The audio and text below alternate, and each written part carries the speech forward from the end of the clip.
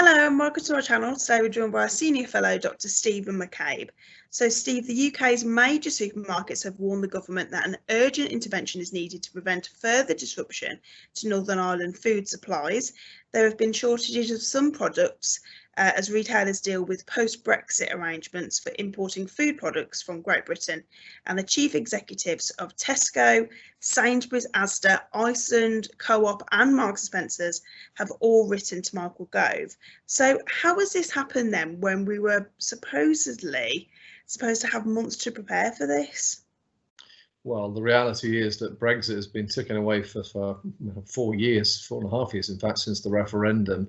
Quite clearly, everything depended upon the so-called free trade agreement, and anybody that was watching their television screen on Christmas Day will remember, Christmas Eve, remember that was the actual final agreement did not come through until late afternoon. So in effect, it's actually only been days, and of course the period in which they were supposed to get up to speed between Christmas Eve and New Year's Day was only just over a week, and in fact, of course, let's face it, quite a few of those days were bank holidays and weekends and whatever. So it has been a remarkable transition into this, even though, of course, there were warnings about the problems.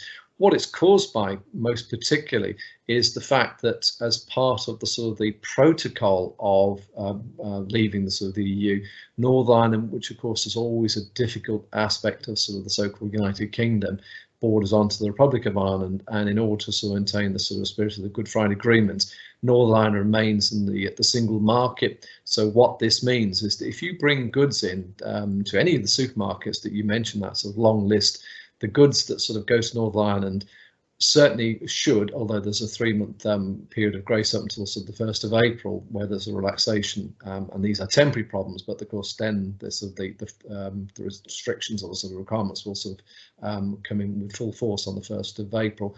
They have to comply with EU regulations. Now, of course, at the moment that's not a problem, but nonetheless, there is the whole aspect of divergence, and everything has to be checked when it goes over. So I think the supermarkets are kind of getting a bit of their revenge in first to make sure, of course, that the necessary requirements and resources are put into place in advance of that. So it's a temporary blip, but it tells us of further problems down the road. And could the food shortages worsen in the coming weeks then, as cross-border traffic volumes possibly rise? Well, I don't think so. I think we've probably seen the worst of it, and of course, let's face it, as I say, it's only we're only under 2 weeks since the New Year's Day, when the new I can't call them restrictions, but the requirements came into place. So of course, it's very, very early days, and some temporary disruption was inevitable. So I don't see it as being a thing that will continue.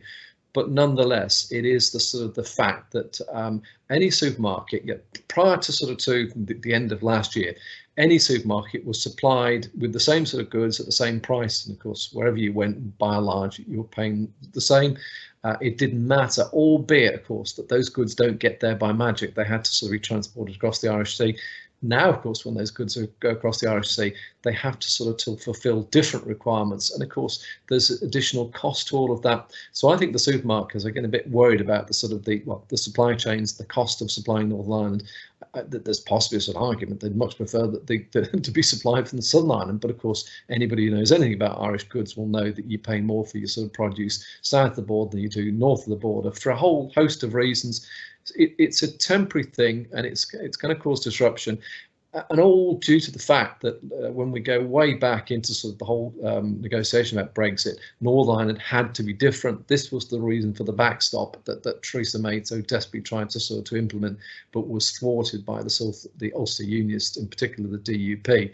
And this is the consequential price that's having to be paid to remain part of the single market rather.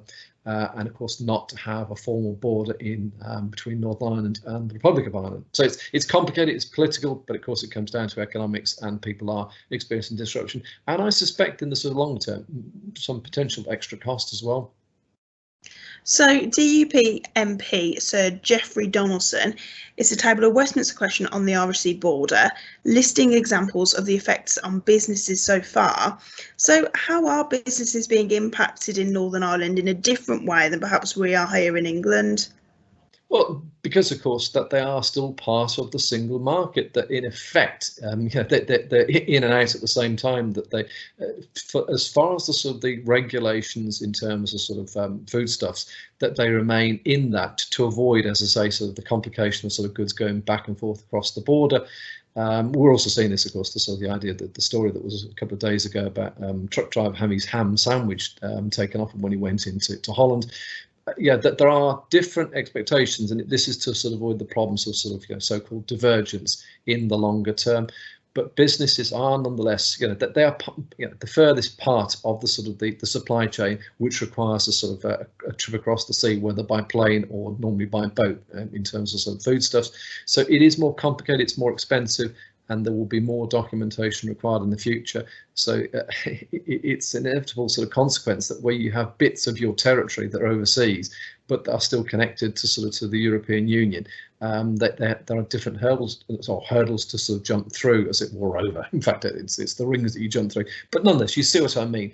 It's part of the difficulty, and this was always well predicted right from the sort of the first point at which the sort of the referendum was held, that if we left the EU, what was going to happen to Northern Ireland, and we're now seeing the practical sort of implications of the decision taken almost 4.5 years ago. In fact, over 4.5 years ago.